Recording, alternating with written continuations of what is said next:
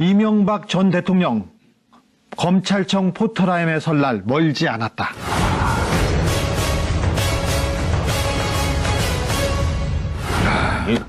주진우 기자는 역시 이명박 전 대통령을 이명박 귀신이. 네, 이명박 바라기, 이명박 네. 숭배자. 최근에 막 거의 이명박 귀신. MB 전문 기자. 네. 지난번에 제가 판도라에 나와서 MB 고속도로가 열렸다 이렇게 얘기했습니다. 아니 그렇게 말씀을 하셨는데 네. 그 뒤로 김관진 전 국방장관도 다시 구속적 부심에서 석방이 됐고. 네, 김태효 네네. 전 비서관도 구속영장 기각됐고요. 그 부분에서 잘안 진전이 되잖아요. 없었고요. 예. 그다음에 국정원 댓글이나 그 국정원과 관련된 MB의 여러 의혹들도 진전이 그러게요. 없는 예, 것처럼 예. 보이지 않습니까? 네. 그런데 그 고속도로에 접어든 만큼 진전이 많습니다. 진전이 많습니다. 그래서 그 부분은 제가 저 5가지 일단 5차선 도로를 간략하게 좀 얘기를 해 일단 주실 수 달려봐요. 있을까요? 그럴까요? 네. 군 사이버사 댓글 사건 얘기 있었습니다. 네. 이거는 김태효, 김관진의 구속이 안 되면서 약간 차질을 빚고 있다. 네. 근데 그 상태에서도 밑에선 계속 수사가 아직 진행되고 모른다. 있고, 예. 네. 군 특별히 김관진 전 장관 주변을 계속 수사하고 있어서 여기에서도 성과가 나올 거라고 생각합니다. 네. 그리고 국정원 댓글 사건 이 부분도 수사가 되고 있는데 그 부분은 예전에 다 돼 있기 때문에 그렇게 어렵지 않아요. 근데 이 부분을 가지고 이명박 대통령이 직접 지시했느냐 이거는 또 따져볼 문제입니다. 네. 근데 여기에 뭐가 있냐면요. 원세훈 전 국정원장이 특수활동비를 유용한 내용들이 많아요. 그래서 이 부분 수사가 이명박 대통령한테 가는 굉장히 지름길이 될 아니 아직 가능성이 근데 큽니다. 원세훈 전 원장은 이명박 전 대통령하고의 관계에 대해서는 전혀 발언이 없잖아요. 아니요. 수사는 돼 있는데 그 부분이 지금 언론에 공개되지는 않았습니다. 그게 이제 거기에서도 밝혀지면 국고횡령죄죠. 네. 이건 굉장히 무거운 형이야. 박근혜 정권의 특수활동비에 대해서는 보도가 나왔고 네, 네. 여러 명이 구속됐죠. 전 국정원장들도 그렇고요. 근데 원세훈에 대한 특수활동비와 원세훈의 전행에 대해서는 수사가 많이 돼 있는데 아직 오픈이 안 됐습니다. 여기까지 두 번째고요. 그리고는 다스. 3차선이 닿습니까? 다스인데 다스에서 어제 저녁 그리고 오늘 새벽까지 다스의 핵심 당사자들이 들어갔었고요. 그리고 다스 관련 일을 했던 청와대 행정관도 와서 조사를 받았고 네. 그리고 다스 직원들도 와서 조사를 받았는데 청와대에 가서 보고를 했다는 내용이 있습니다.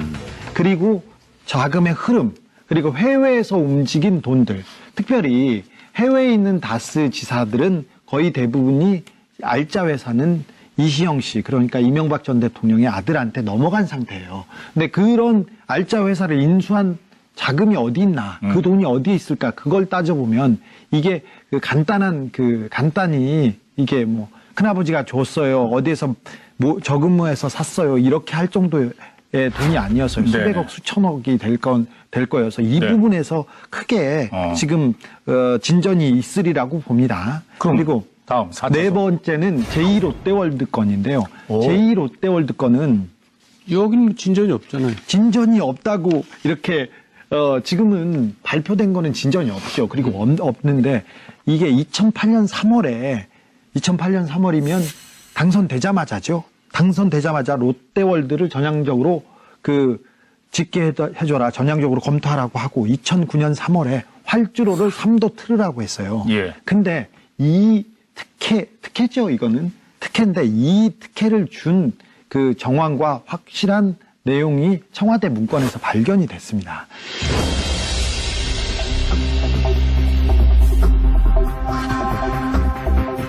지금 4차선까지 했습니다. 5차선. 마지막 그리고 5차선은 5차선은 국세청입니다. 국세청에서는 얼마 전에 국세청에서 역외 탈세한 사람들 37명을 동시에 적발해서 세무조사를 시작했다고 하고 네. 역외 탈세는 반드시 처벌하겠다고 했습니다. 이게 포함돼 있어요. 그러면 37명에? 그러면서 1조가 넘는 돈을 이렇게 회수하면서 추징하고 그리고 정밀 세무조사에 들어갔는데 제가 취재한 바로는 이 37명 중에 이명박 대통령하고 관련된 계좌가 있다는 소리를 들었습니다. 취재하신 거죠. 네. 지난번에는 3차선이라고 하셨는데 네. 그새 차선이 2차선으로 늘었네요. 2차선에 가변 차선까지 하나 있습니다. 하여간 이 5가지 의혹을 들으면서 주진우 기자가 무슨 검찰총장 같아요. 제가요? 네. 주진우 기자가 찍어가지고 뭐 자료 제시하면 뭐 조사가 이루어지고 뭐 다 그런 것 같은데 어제 대단합니다. 자, 주진우 기자가 5가지 의혹을 제기하셨잖아요. 그럼 한 가지씩 좀 자세하게 좀 살펴보도록 하죠. 일단 국군 사이버 사령부의 정치 개입 의혹 이것부터 얘기해 보죠. 네. 김관진 그 전 장관이 구속적 부심으로 무리하게 나왔지 않습니까? 그러면서 김관진 전 장관에 대한 수사가 더 그 강도 높게 진행되고 있어요. 그리고 김관진 전 장관이 해놓은 얘기가 이미 많아요. 군인정신이라고 해야 될지는 모르겠는데 군인정신을 발휘해서 얘기를 많이 하고 계세요. 네. 그래서 이명박 전 대통령은 굉장히 답답한 상황이에요. 지금 기부 문제에 대해서. 제 해석은 좀 다른데요. 네. 그러니까 지금 일단 군 사이버 댓글 사건은 내가 봐도 좀 야해요. 야해. 그게 좀 딱 떨어지지가 않고. 아니, 뭐 보고받고 지시했다는 게 다 있는데. 그래서 진실이. 이제 내가 생각해도 우리가 감이라는 게 있잖아요. 그동안 또 살아온 게 있으니까. 네. 그러면 이건 야가다. 이 역시 야가다 보니까 이제 자꾸 기각되고 뭐 경찰 기각되고 구속적 부심에서 나오고 그런단 말이에요. 그래서 주진우 기자가 지금 헛물 키고 있는 게 아닌가 제가 이제 그렇게 생각했는데 아닌 게 아니라 다스로 옮겨가더라고요. 지금 경찰 수사가. 김관진 그 전 장관이 구속적 부심으로 무리하게 나왔지 않습니까? 보통 이 형사법상 아무런 이유 없이 며칠 만에 구속적 부심이 이렇게 행해진 거는 굉장히 이례적인 일인데 이게 조금 무리수인데 구속적 부심이 청구됐을 때 김관진은 맞겠구나 이걸 왜 했지 보통 구속됐는데 구속적 부심이라는 게 있으니까 그걸로 빼주세요 이렇게 얘기하지 않습니까? 네. 그럼 변호사들이 다 혼내요. 그냥 있으세요. 그냥 미움만 사요. 그런데 이번에는 청구가 되자마자 사설로 3군인 진짜 북한이 두려워하는 군인 그래서 김관진을 구속시키다니 그런 사설들이 계속 나오고 댓글이 계속 따라왔어요. 그리고 그 상황을 보고 이번에 김관진이 나올 수도 있겠구나 이렇게 얘기했는데 김관진은 또 어떤 부분에서 중요한 인물이냐면요. 이명박 박근혜 정권에서 다 장관을 지냈고요. 그리고 청와대에서 무기 거래와 관련된 핵심적인 일을 했습니다. 사드 도입에도 아무도 몰랐습니다. 국방부 장관도 몰랐는데 이 김관진 안보실장과 그리고 박근혜 대통령은 알았겠죠. 이분이 로키드 마틴의 비행기로 바꾸고 그다음에 우리 한국형 전투기 사업. 네. 전투기로 바꾸고 그다음에 사드 배치도 이분이 했습니다. 그래서 우리나라가 군 무기를 미국의 로키드 마틴으로 가는데 결정적인 기여를 했고 거기에 대한 많은 내용이 있기 때문에 이 부분에 대한 내용 때문에 김관진을 구출하지 않을까 그래서 그쪽으로 취재를 했는데 아니나 다를까 여러 움직임이 있습니다. 이 부분에 대해서는 검찰이 조금 더 수사를 진행해 줬으면 하는 게 저의 좀 바람이기도 합니다. 그건 저도 마찬가지예요. 네. 아니 그러니까 이 구출 작전을 도대체 어떤 세력이 지시했다는 겁니까? 누가 지시했다고 볼 수는 없지만 우리 사회를 주도했던 메인스트림이라는 사람들이 군과 그다음에 재벌과 그리고 이명박 박근혜 대통령인데 이제 박근혜 대통령 주변은 거의 힘을 잃었으니 몇 안 되는 그런 군수 마피아들 이런 사람들 특별히 이분들은 미국과의 커넥션이 명확하게 있는 사람들인데 이런 메인스트림에서 김관진을 빼내지 않았을까 구출 작전이 실행되지 않았을까 저는 그렇게 보고 있습니다. 그렇게 보고 있는 거죠. 네. 구출 작전을 했다면 김관진을 구출하면 제일 이익을 보는 세력이 있을 거 아니에요. 그렇잖아요. 구속이 된 상태로 두면 제일 손해를 보고 제 머릿속에는 MB가 배후 세력이지 않을까 구출 작전에 저는 그렇게 MB가 무슨 힘이 있어요. 상상을 합니다. 근데 의원님 하나만 잘 아시잖아요. 이런 재판을 받아봤기 때문에 잘 알아요. 저희들은. 네, 법전 이 시스템 이 과정 잘 아는데 구속적 부심은 좀 뜬금없었죠. 놀라웠죠. 아니 물론이죠. 근데 나는 사법부 결정에 대해서 그냥 막무가내로 그렇게 권위를 인정하지 않으면 저도 그 부분은 나는 나라야 전체 질서가 무너진다 그런 뜻에서 얘기하는 거예요. 그 부분은 또 동감입니다. 네. 자, 국군 사이버 사령부 정치 개입 의혹 관련 수사는 이게 지금 정체되고 있는 거 아니에요? 네. 그럼에도 불구하고 주진우 기자는 김관진 전 장관을 주목하고 있다. 네. 그 이유가 뭡니까? 군의 정치 개입, 군의 대선 개입보다 더 심각한 범죄는 사실 없어요. 군이 정치에 나서면 이건 쿠데타의 일종입니다.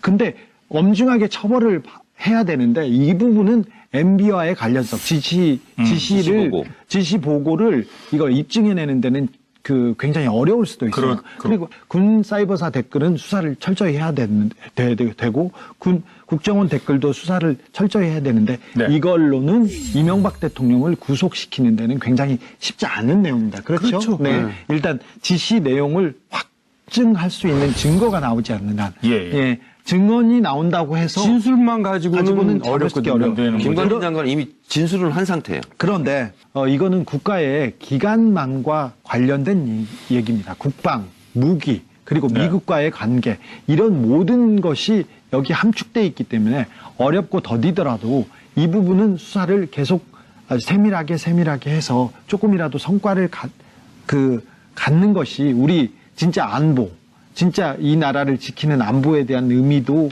되새기는 일이라고 생각해서 이 부분 수사는 꼭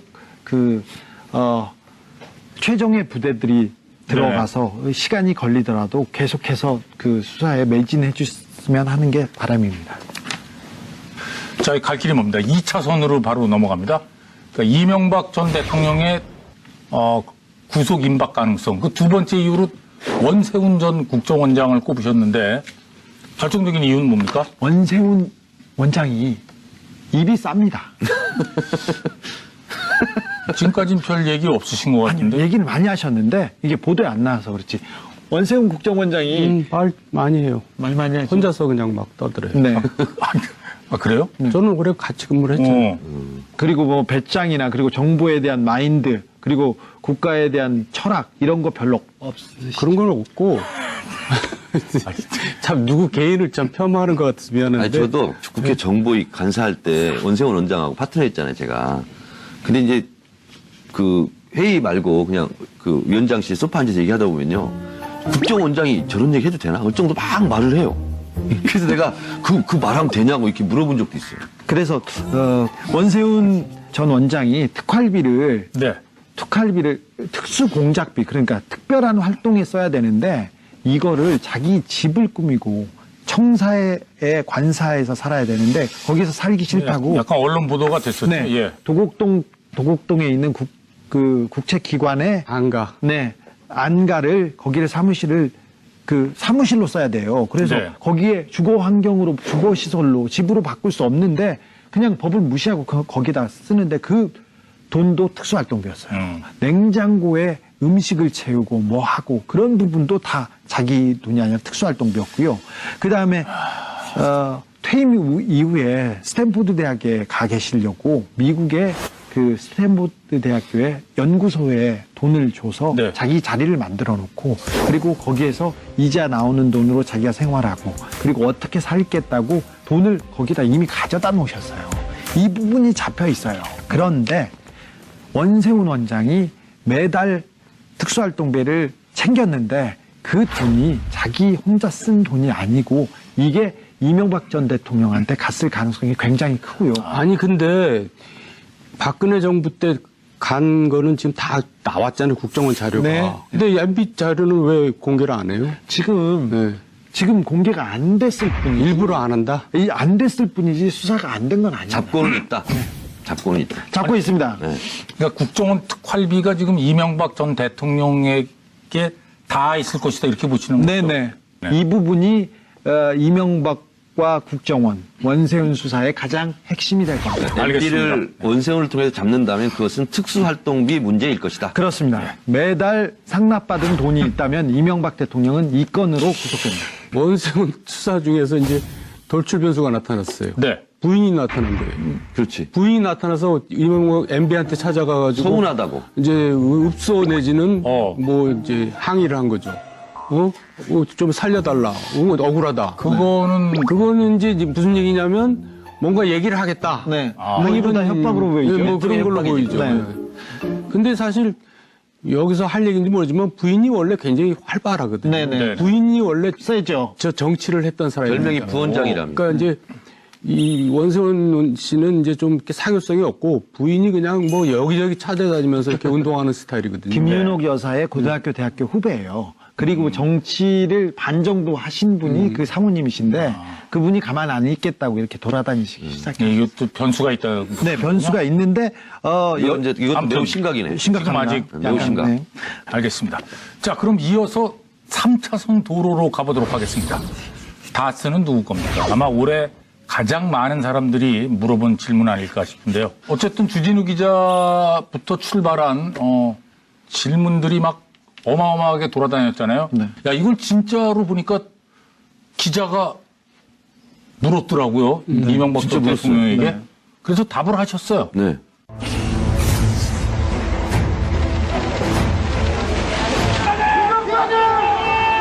국민들이 다스는 누구 거냐 이렇게 묻고 있습니다. 이 부분에 한 말씀 부탁드립니다. 그런 나인된 물을 일은 아닌 것 같습니다. 나인된 물을 일은 아닌 것 같습니다. 예.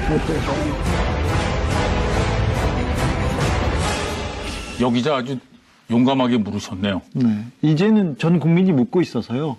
사실 그전에는 이명박 대통령한테 질문을 잘 못했죠, 기자들이. 저 박근혜 답이 대통령한테도.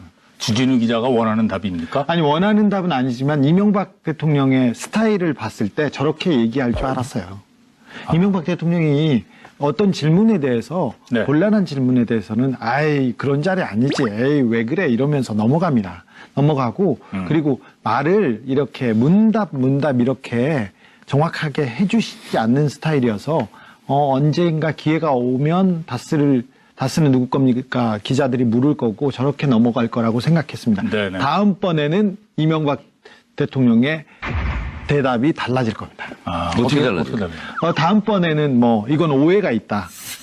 잘못한 내용이다. 이렇게 변명을 하실 거예요. 근데 일단은 첫 물음에 답하기 시작했다는 것이 큰 의미라고 저는 아, 저게 생각합니다. 큰 의미다. 네. 어쨌든 이 질문은 몰라서 묻는 질문이 아니잖아요. 그렇죠. 당신 거잖아요. 이제 그 얘기인데 이제 사실은 포기를 하든지 솔직히 인정하든지 둘 중에 하나를 선택해라. 저는 그렇게 받아들여요, 그 질문을. 네네. 네, 근데 이제 저 답은 어떻게 해석하십니까? 지금 이제 그 두 답을 사이에서 피해 나가는 거죠. 그런데 결국 두 답 중에 한 답을 해야 돼요, 이제. 아니, 그러니까 답은 그 두 개 중에 하나밖에 없다는 겁니까? 그렇죠. 다스를 그걸 포기하든지 포기하든지 뭐내 거라고. 다스는 내 거다라고 얘기하든지 예. 저 질문에 결국은 답해야 될 때가 곧 옵니다. 그것도 멀지 않았다고 봅니다. 제가 이제 주 기자가 시사인에서 특종한 거 있잖아요. 이거를 다 읽어봤어요, 자세하게. 이게 이제 운전기사, 이상은 씨 운전기사. 이게 풀스토리 다 써놓은 거. 다스의 이상은 회장의 운전기사인 네, 거죠? 김종백 씨라고. 그 이제 12월 21일 날 검찰 조사도 이미 받고 왔더라고요. 아, 김종백 예. 씨가. 그래서 다 가서 진술을 주 기자한테 얘기한 걸 다 아마 했을 텐데. 그분의 결정적인 증언은 어쨌든 다스는 확실하게 이명박 전 대통령 소유라고 보는 거죠? 100% 네, 네. 1000%다. 그렇게 얘기했잖아요. 근데 그분은 다스는 이명박 것이라고 얘기하고 그리고 다스가 이명박 것이라는 증거를 몇 가지 댑니다. 그리고 다스 관계자도 청와대에 가서 어떤 보고를 했다고 이렇게 증언을 했습니다. 구체적으로 특검이 어떻게 사전에 연락을 해서 이시영 씨가 이상은 뭐 자택, 뭐 회사, 뭐 경주, 컴퓨터 다 빼라. 뭐 이런 얘기해서 자꾸 컴퓨터 빼고 뭐 이랬다는 구체적인 정황 증거들이 다 나오더라고요. 다 나오고 그리고 증거가 될 수밖에 없는 게 청와대 민정수석실의 어떤 행정관 이제 그 다스 140억 받아내기 위해서 주고받은 팩스 번호 이건 움직일 수 없는 증거잖아요. 네네. 근데 주 기자가 써놓은 거 보니까 청와대 민정수석실에 비서 그 전화번호 팩스가 있어요. 770에 땡땡땡땡. 이 번호도 나와 있고 팩스로 주고받은 거 있잖아요. 이게 너무나 물증이 지금 다 나와 있다는 아니 근데 말이죠. 팩스를 주고받았다고 해도 팩스 문건이 있지 않은 다음에 그게 뭐 문건이 다 있잖아요. 문건이 다는 없는데 인사를 주고받았다고 그럴 수도 있잖아요. 문건 네, 그럴 수도 있어요. 예전에 메리 라디오에서 크리스마스. 네. 팩스로 저 신청곡 받은 적도 있거든요. 네. 글쎄. 네. 네. 뭐 MB 크리스마스 그렇게 보낼 수도 있잖아요, 팩스로. 그런데 받은 자료 중에 몇 개를 제가 제출을 했어요. 그래서 저기 김종백 씨 인터뷰는 그 문서로 증거로 이게 확증이 가능한 것만 썼어요, 제가. 예. 수많은 얘기를 했으면 사실 저하고 6개월 넘게 오랜 얘기를 거두고 나누고 나서 나왔어요. 저는 그분이 얼굴이 공개돼서 삶이 조금 불편해지는 걸 원치 않았는데, 자기가 떳떳한 아버지이고 싶다. 그리고 사회가 이렇게 이렇게 어지러운데, 그리고 MB가 이렇게 사회를 어지럽혔는데 이걸 그냥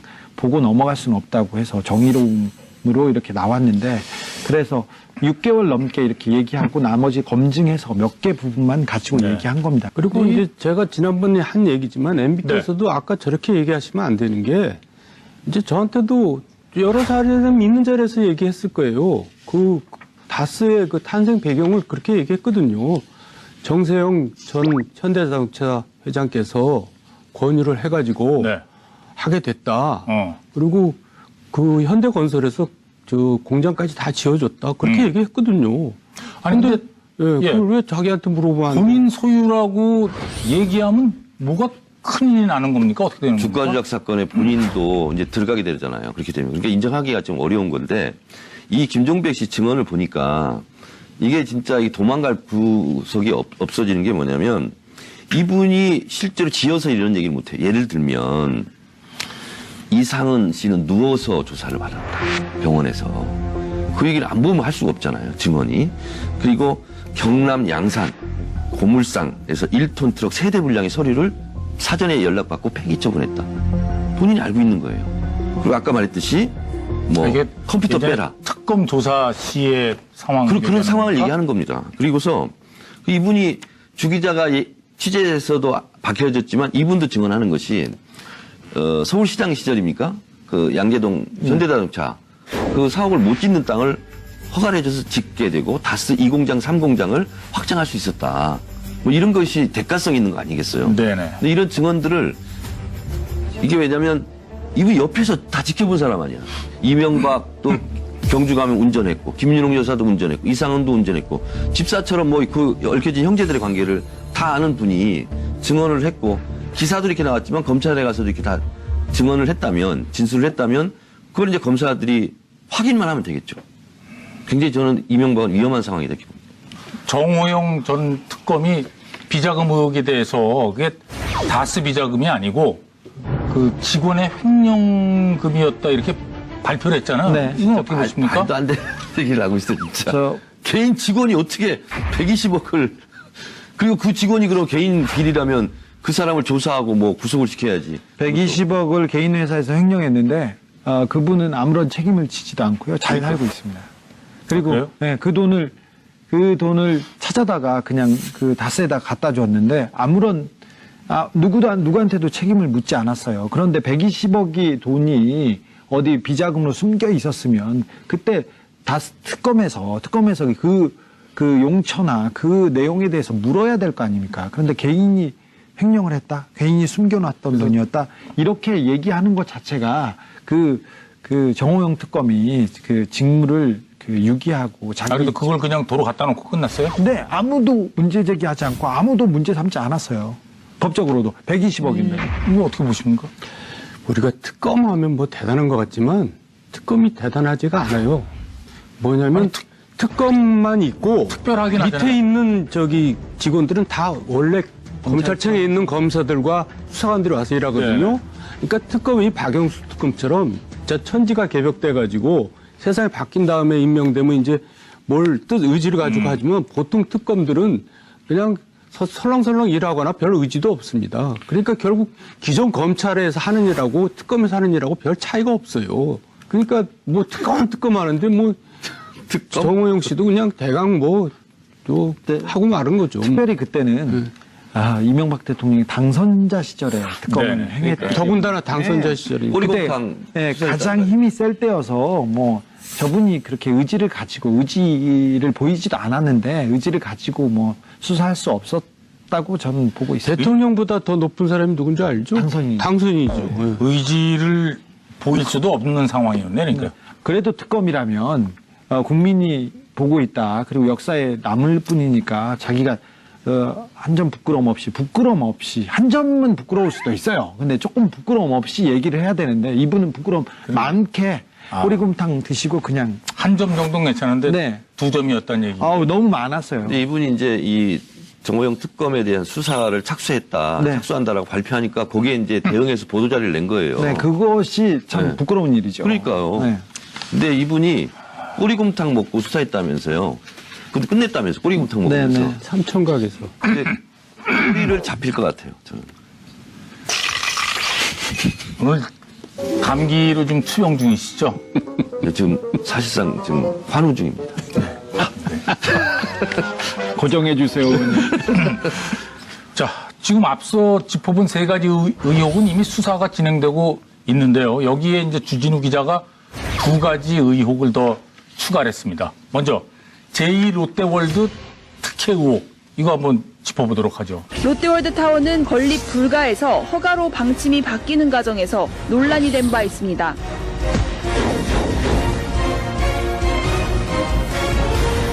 국가안보실에서 롯데월드타워 인허가와 관련된 문건도 발견한 것으로 확인됐습니다.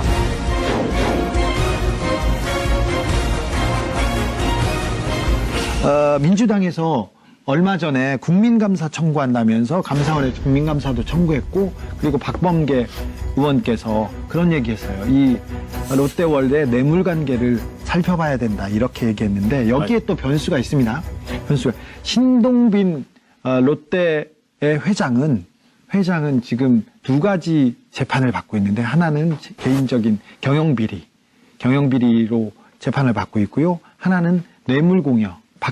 박근혜 전 대통령한테 네네. 뇌물공여 70억을 선고가 나왔잖아요. 그 집행유예 하나는 나왔죠. 하나는 집행유예고 두 가지 이 조사를 받고 있는데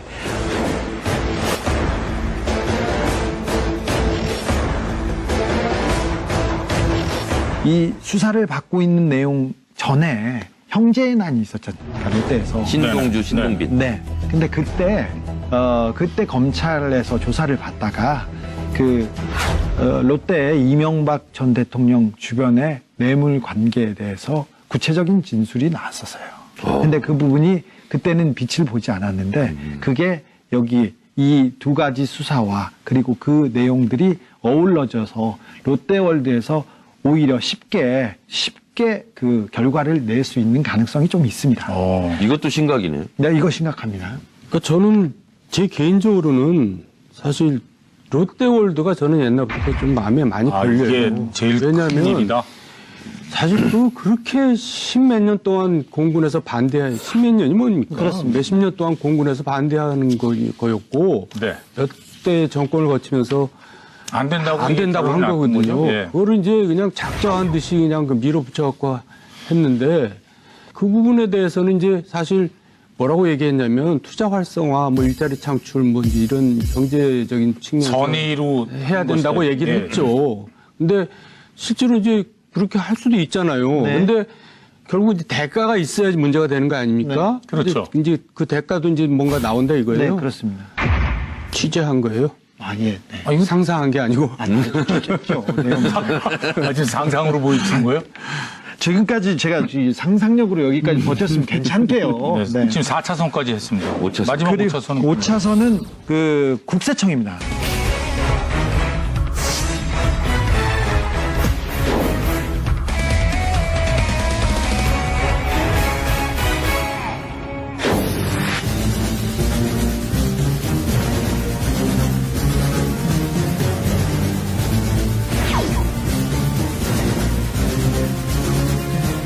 자, 국세청의 그럼 세무조사와 이명박 전 대통령의 구속 가능성 이건 어떤 연관이 있습니까?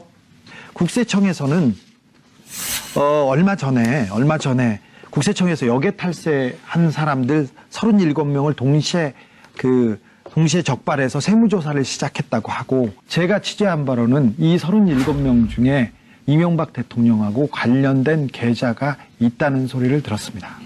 제가 그래서 역외 탈세자 37명을 세무조사한다고 그래서 이건 제가 상상을 해봤어요.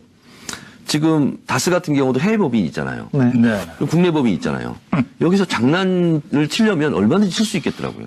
그래서 여기에 혹시 다스도 걸려들지 않을까. 다스가 걸려들까가 아니라 다스를 잡으려고 벌이고 있는 일인지도 모르는 거죠. 선배님 그렇게 얘기하실 것 같아가지고 그럼 과연 이것이 다스를 노리고 한 것일까? 그걸 내가 또 홈페이지 가서 조사해봤더니 그게 아니고 역의 탈세에 대해서 2012년은 8,258억을 추징했고 2013년 1조 789. 그래서 작년에는 1조 3,072억을 추징했어요. 아, 그러니까 매년 이렇게 하고 있어요. 그래서 천문학적이네, 이거는 진짜. 의도를 가지고 하는 게 아니고 그래서 국세청에는 이런 팀들이 꾸려져 있더라고요.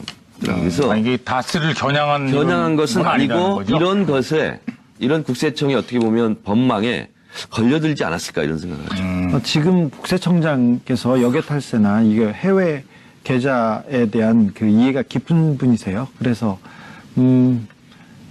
이 부분에 대해서 각별하게 신경 쓰고 있는 게 보입니다. 자, 그렇다면 두 전 의원께서는 주진우 기자가 지금 주장한 이명박 전 대통령의 구속 가능 혐의 5가지 그렇게 되리라고 보시는 겁니까?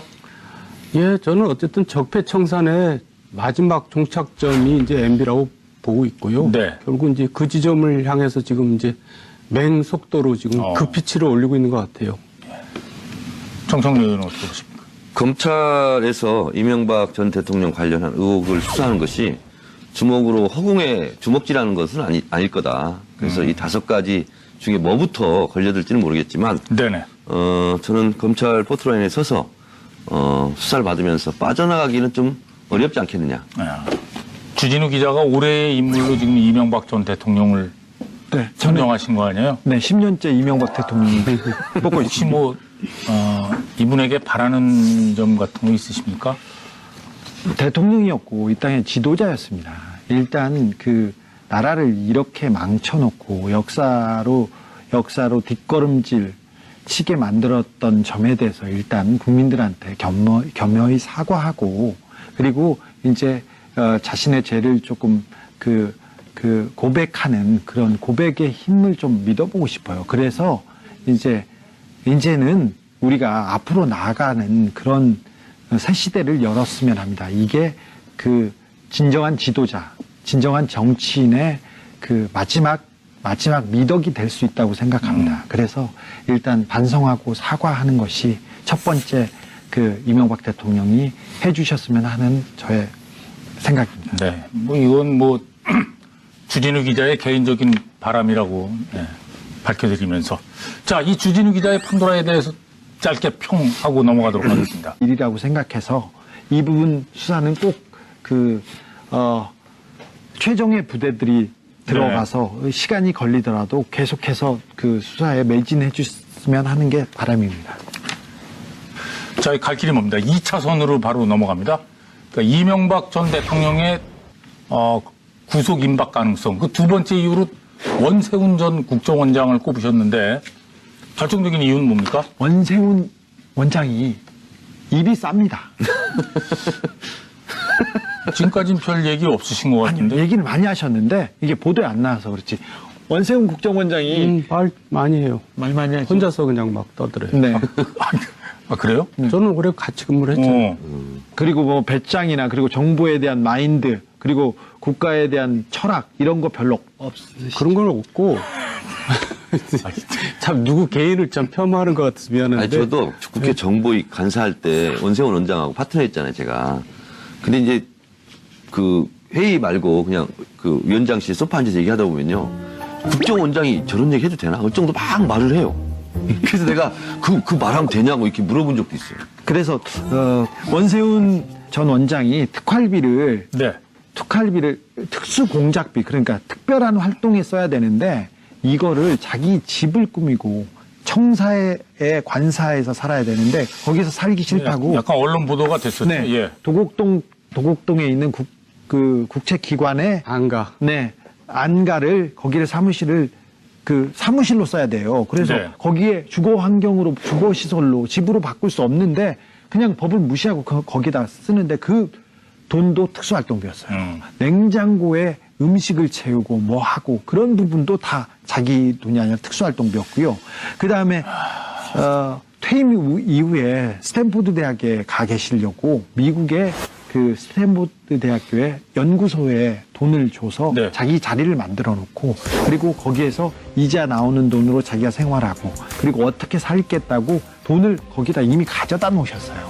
이 부분이 잡혀 있어요. 그런데 원세훈 원장이 매달 특수활동비를 챙겼는데 그 돈이 자기 혼자 쓴 돈이 아니고 이게 이명박 전 대통령한테 갔을 가능성이 굉장히 크고요. 아니 근데 박근혜 정부 때 간 거는 지금 다 나왔잖아요. 국정원 자료가. 네. 근데 MB 자료는 왜 공개를 안 해요? 지금 네.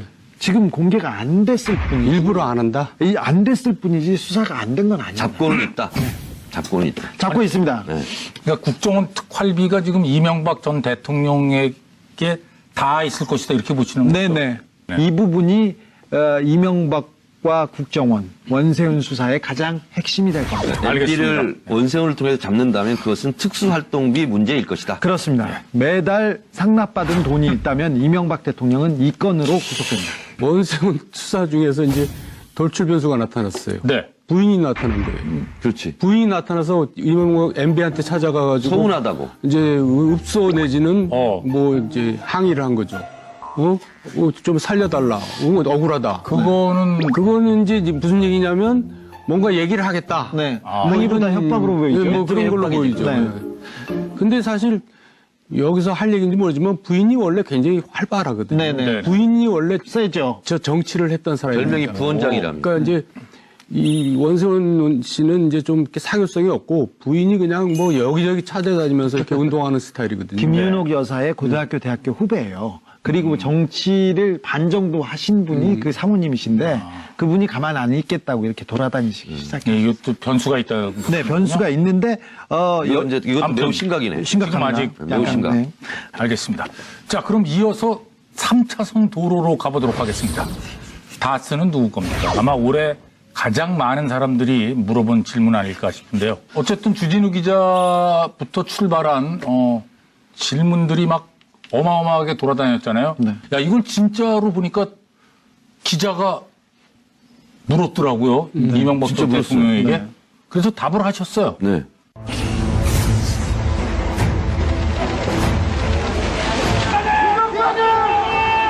국민들이 다스는 누구 거냐 이렇게 묻고 있습니다. 이 부분에 한 말씀 부탁드립니다. 그런 나인된 물을 일은 아닌 것 같습니다. 나인된 물을 일은 아닌 것 같습니다. 예. 여 기자 아주 용감하게 물으셨네요. 네. 이제는 전 국민이 묻고 있어서요. 사실 그전에는 이명박 대통령한테 질문을 잘 못했죠, 기자들이. 근데 저 박근혜 답이 대통령한테도. 주진우 기자가 원하는 답입니까? 아니, 원하는 답은 아니지만 이명박 대통령의 스타일을 봤을 때 저렇게 얘기할 줄 알았어요. 이명박 대통령이 어떤 질문에 대해서 네. 곤란한 질문에 대해서는 아이 그런 자리 아니지 에이 왜 그래 이러면서 넘어갑니다. 넘어가고 그리고 말을 이렇게 문답 이렇게 정확하게 해주시지 않는 스타일이어서 언젠가 기회가 오면 다스는 누구 겁니까? 기자들이 물을 거고 저렇게 넘어갈 거라고 생각했습니다. 네네. 다음번에는 이명박 대통령의 대답이 달라질 겁니다. 어떻게 달라져요? 다음번에는 전 장관이 해놓은 얘기가 이미 많아요.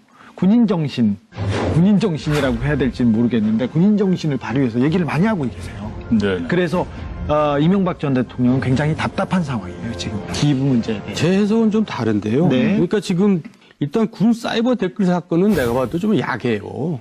야해. 이게 좀 딱 떨어지지가 않고.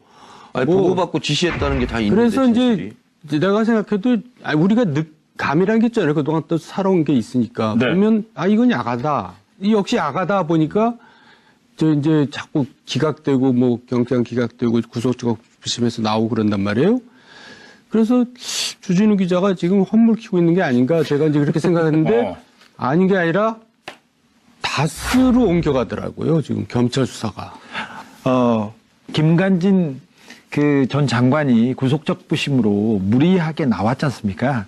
보통 이 형사법상 아무런 이유 없이 며칠 만에 구속적 부심이 이렇게 행해진 거는 굉장히 이례적인 일인데 이게 조금 무리수인데 구속적 부심이 청구됐을 때, 김관진은 맞겠구나. 이걸 왜 했지? 보통 구속됐는데, 구속적 부심이라는 게 있으니까 그걸로 빼주세요. 이렇게 얘기하지 않습니까? 네. 그럼 변호사들이 다 혼내요. 그냥 있으세요. 그냥 미움만 사요. 그런데 이번에는 청구가 되자마자 사설로 3군인, 진짜 북한이 두려워하는 군인, 그래서 김관진을 구속시키다니 그런 사설들이 계속 나오고 댓글이 계속 따라왔어요. 그리고 그 상황을 보고 이번에 김관진이 나올 수도 있겠구나 이렇게 얘기했는데 김관진은 또 어떤 부분에서 중요한 부분인 인물이냐면요. 이명박 박근혜 정권에서 다 장관을 지냈고요. 그리고 청와대에서 무기 거래와 관련된 핵심적인 일을 했습니다. 사드 도입에도 아무도 몰랐습니다. 국방부 장관도 몰랐는데 이 김관진 그 안보실장과 그리고 뭐 박근혜 대통령은 알았겠죠. 이분이 그 로키드 마틴의 그 비행기로 바꾸고 그다음에 우리 한국형 전투기 사업. 네.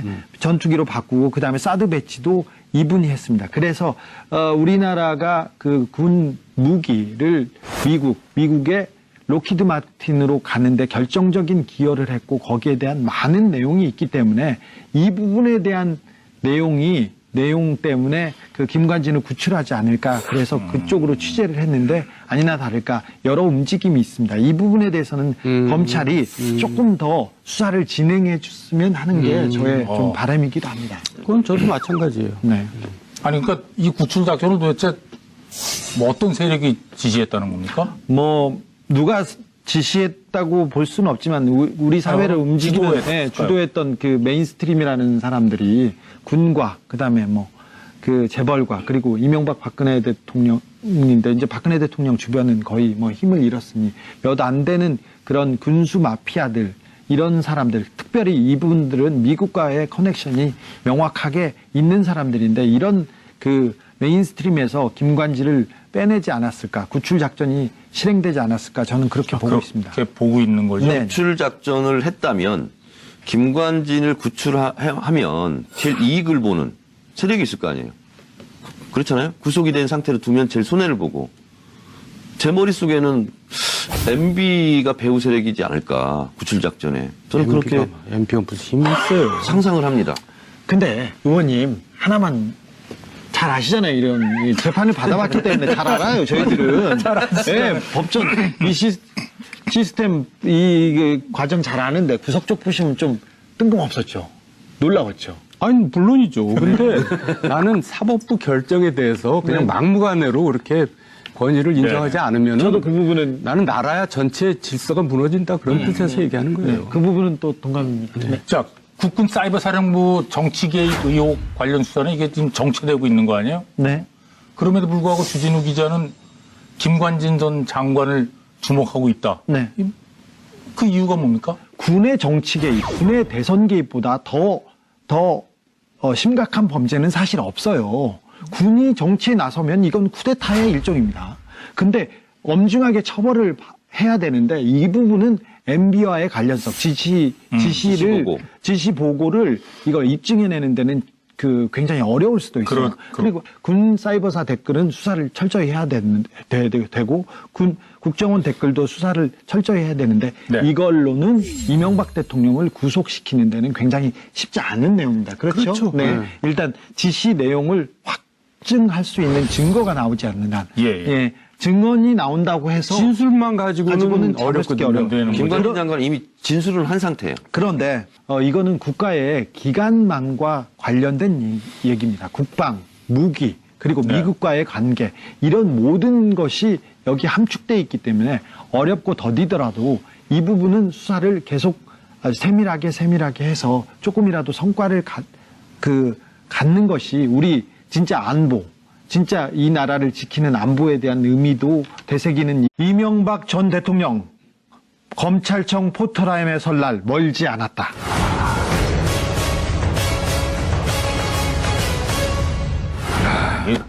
주진우 기자는 역시 이명박 전 대통령을 이명박 귀신이에요. 네, 이명박 바라기, 이명박 숭배자. 최근에 막 거의 이명박 귀신. MB 전문 기자. 네.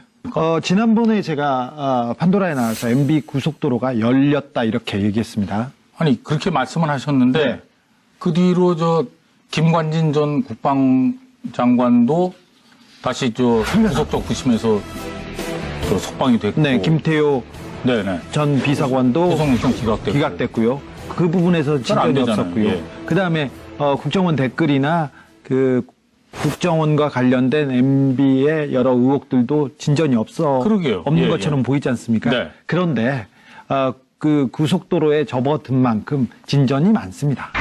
진전이 많습니다. 그래서 그 부분은 제가 네. 저 5가지 일단 5차선 도로를 간략하게 좀 얘기를 일단 달려봐요. 그럴까요? 네. 군 사이버사 댓글 사건 얘기 있었습니다. 네. 이거는 김태효, 김관진의 구속이 안 되면서 약간 차질을 빚고 있다. 네. 근데 그 상태에서도 밑에서는 계속 수사가 아직 진행되고 모른다. 있고, 예. 네. 군 특별히 김관진 전 장관 주변을 계속 수사하고 있어서 여기에서도 성과가 나올 거라고 생각합니다. 네. 그리고 국정원 댓글 사건 이 부분도 수사가 되고 있는데 그 부분은 예전에 다 돼 있기 때문에 그렇게 어렵지 않아요. 근데 이 부분을 가지고 이명박 대통령이 직접 지시했느냐 이거는 또 따져볼 문제입니다. 네. 근데 여기에 뭐가 있냐면요. 원세훈 전 국정원장이 특수활동비를 유용한 내용들이 많아요. 그래서 이 부분 수사가 이명박 대통령한테 가는 굉장히 지름길이 될 아니, 아직 가능성이 근데 큽니다. 원세훈 전 원장은 이명박 전 대통령하고의 관계에 대해서는 전혀 발언이 없잖아요. 아니요. 수사는 돼 있는데 그 부분이 지금 언론에 공개되지는 않았습니다. 그게 이제 거기에서도 밝혀지면 국고횡령죄죠. 네. 이건 굉장히 무거운 형이야. 박근혜 정권의 특수활동비에 대해서는 그 보도가 나왔고 네, 네. 여러 명이 구속됐죠. 전 국정원장들도 그렇고요. 근데 원세훈에 대한 특수활동비와 원세훈의 전횡에 대해서는 수사가 많이 돼 있는데 아직 오픈이 안 됐습니다. 여기까지 두 번째고요. 그리고는 다스. 3차선이 닿습니까? 다스인데 다스에서 어제 저녁 그리고 오늘 새벽까지 다스의 핵심 당사자들이 들어갔었고요. 그리고 다스 관련 일을 했던 청와대 행정관도 와서 조사를 받았고 네. 그리고 다스 직원들도 와서 조사를 받았는데 청와대에 가서 보고를 했다는 내용이 있습니다. 그리고 자금의 흐름 그리고 해외에서 움직인 돈들 특별히 해외에 있는 다스 지사들은 거의 대부분이 알짜 회사는 이시영 씨, 그러니까 이명박 전 대통령의 아들한테 넘어간 상태예요. 근데 그런 알짜 회사를 인수한 자금이 어디 있나, 그 돈이 어디에 있을까, 그걸 따져보면 이게 간단히 이게 큰아버지가 줬어요, 어디에서 저근무해서 샀어요, 이렇게 할 정도의 돈이 아니었어요. 수백억, 수천억이 될 거여서 이 네. 부분에서 크게 지금 진전이 있으리라고 봅니다. 그리고 다음 4차선. 네 번째는 제2롯데월드 건인데요. 제2롯데월드 건은 여기는 진전이 없잖아요. 진전이 없다고 이렇게 지금은 발표된 거는 진전이 없죠. 그리고 없는데 이게 2008년 3월이면 당선되자마자죠. 당선되자마자 롯데월드를 전향적으로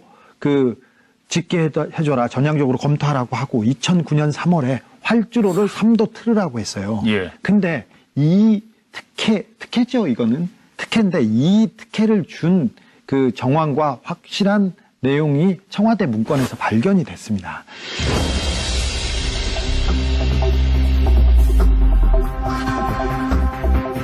지금 4차선까지 했습니다. 5차선. 마지막 그리고 5차선은 5차선은 국세청입니다. 국세청에서는 얼마 전에 국세청에서 역외 탈세한 사람들 37명을 동시에 적발해서 세무조사를 시작했다고 하고 네. 역외 탈세는 반드시 처벌하겠다고 했습니다. 이게 포함돼 있어요. 그러면 37명에? 그러면서 1조가 넘는 돈을 이렇게 회수하면서 추징하고 그리고 정밀 세무조사에 들어갔는데 제가 취재한 바로는 이 37명 중에 이명박 대통령하고 관련된 계좌가 있다는 소리를 들었습니다. 취재하신 거죠. 네. 지난번에는 3차선이라고 하셨는데 네. 그새 차선이 2차선으로 늘었네요. 2차선에 가변 차선까지 하나 있습니다. 하여간 이 5가지 의혹을 들으면서 주진우 기자가 무슨 검찰총장 같아요. 네. 주진우 기자가 찍어가지고 자료 제시하면 조사가 이루어지고 다 그런 것 같은데 대단합니다. 자, 주진우 기자가 5가지 의혹을 제기하셨잖아요. 그럼 한 가지씩 좀 자세하게 좀 살펴보도록 하죠. 일단 국군 사이버 사령부의 정치 개입 의혹 이것부터 얘기해 보죠. 네. 김관진 그 전 장관이 구속적 부심으로 무리하게 나왔지 않습니까? 그러면서 김관진 전 장관에 대한 수사가 더 그 강도 높게 진행되고 있어요. 그리고 김관진 뭐 이건 오해가 있다. 잘못한 내용이다. 이렇게 변명을 하실 거예요. 근데 일단은 첫 물음에 답하기 시작했다는 것이 큰 의미라고 저는 저게 생각합니다. 큰 의미다. 네. 어쨌든 이 질문은 몰라서 묻는 질문이 아니잖아요. 그렇죠.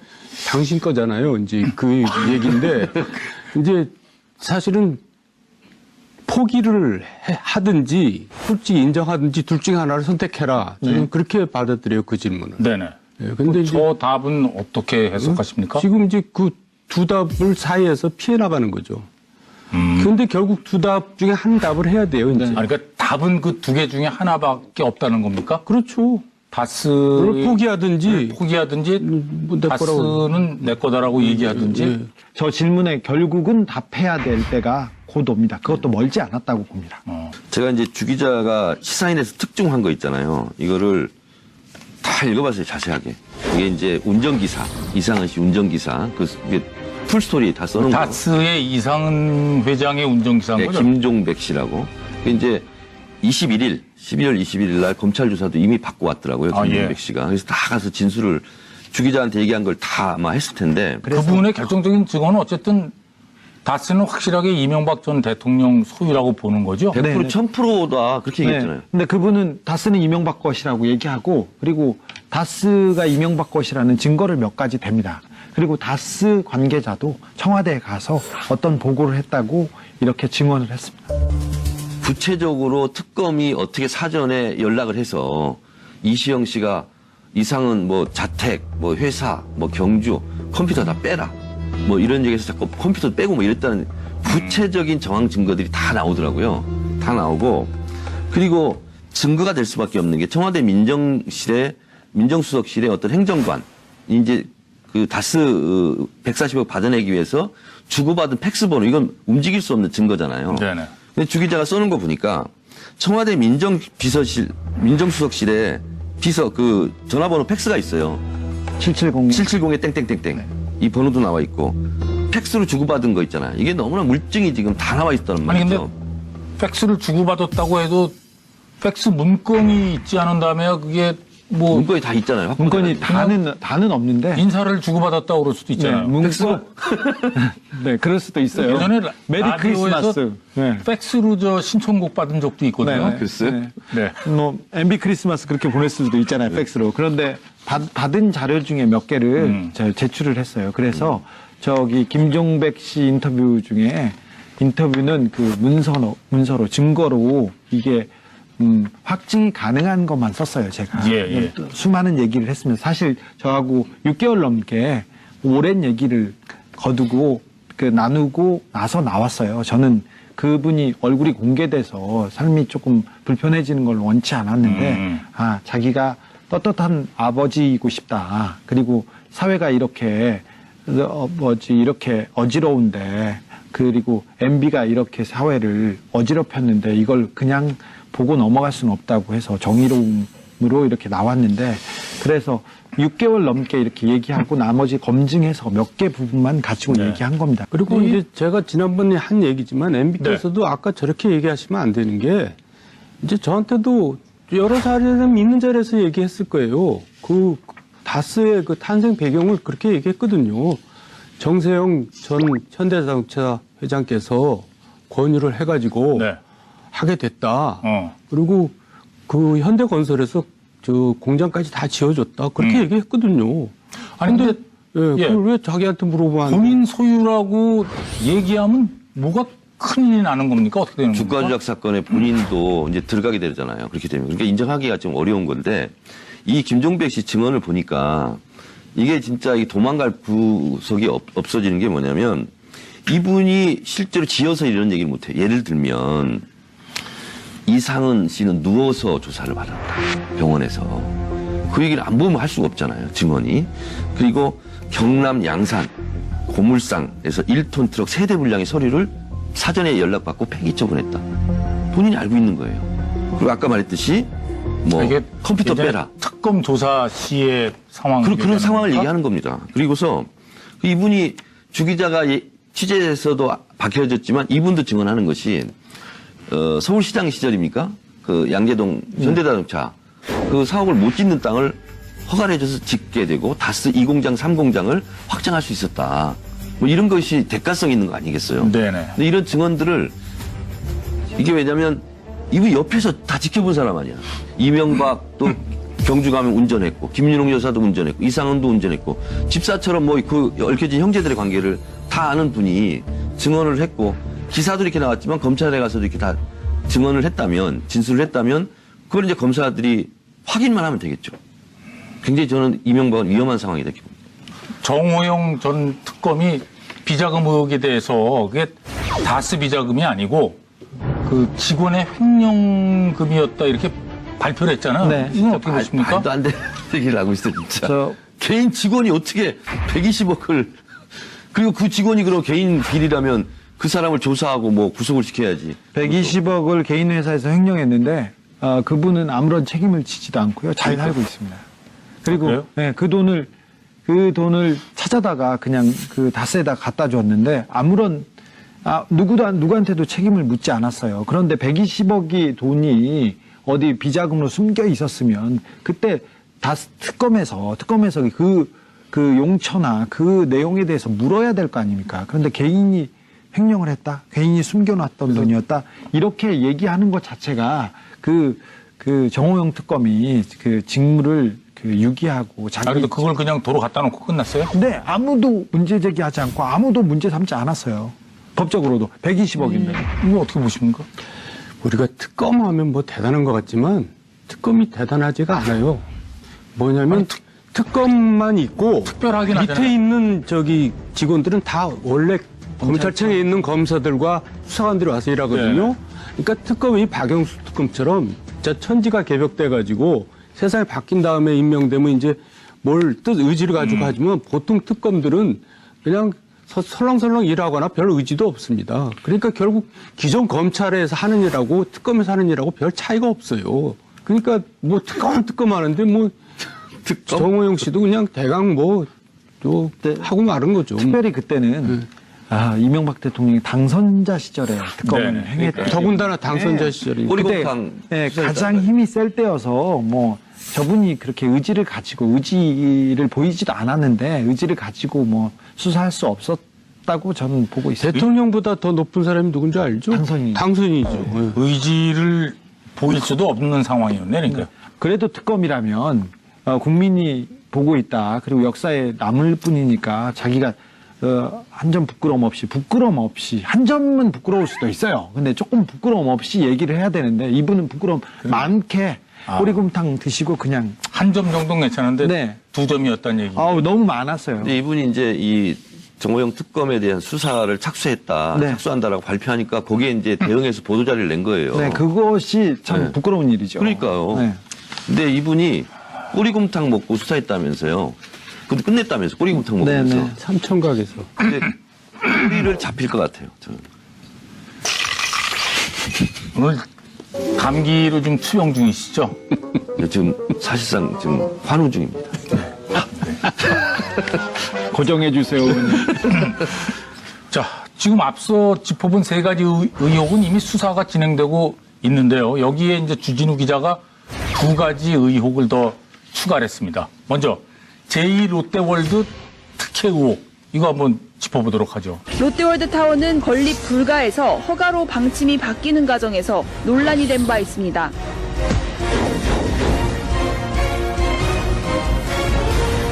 국가안보실에서 롯데월드타워 인허가와 관련된 문건도 발견한 것으로 확인됐습니다.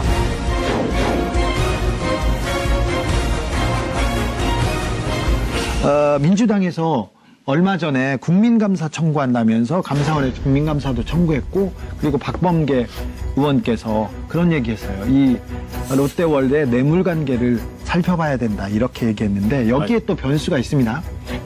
신동빈 롯데의 회장은 지금 두 가지 재판을 받고 있는데 하나는 개인적인 경영비리로 재판을 받고 있고요. 하나는 뇌물공여, 박근혜 전 대통령한테 네네. 뇌물 공여 70억을 선고가 나왔잖아요. 그 집행유예로 하나는 나죠. 하나는 집행유예고 두 가지 이 조사를 받고 있는데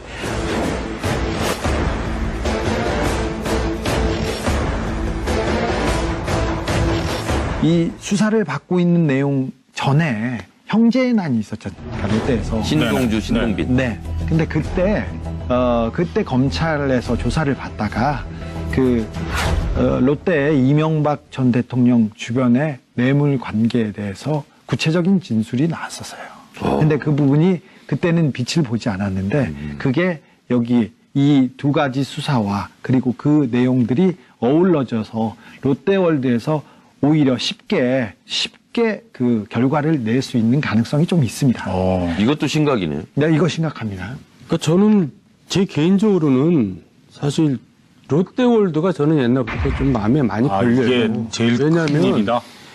사실 그렇게 십몇 년 동안 공군에서 십몇 년이 뭡니까? 그렇습니다. 몇십 년 동안 공군에서 반대하는 거였고 네. 몇 대 정권을 거치면서 안 된다고 안 된다고 한 거거든요. 거죠? 예. 그거를 이제 그냥 작정한 듯이 그냥 밀어붙여갖고 했는데 그 부분에 대해서는 이제 사실 뭐라고 얘기했냐면 투자 활성화, 뭐 일자리 창출, 뭐 이제 이런 경제적인 측면에서 선의로 해야 된다고 것이죠. 얘기를 예. 했죠.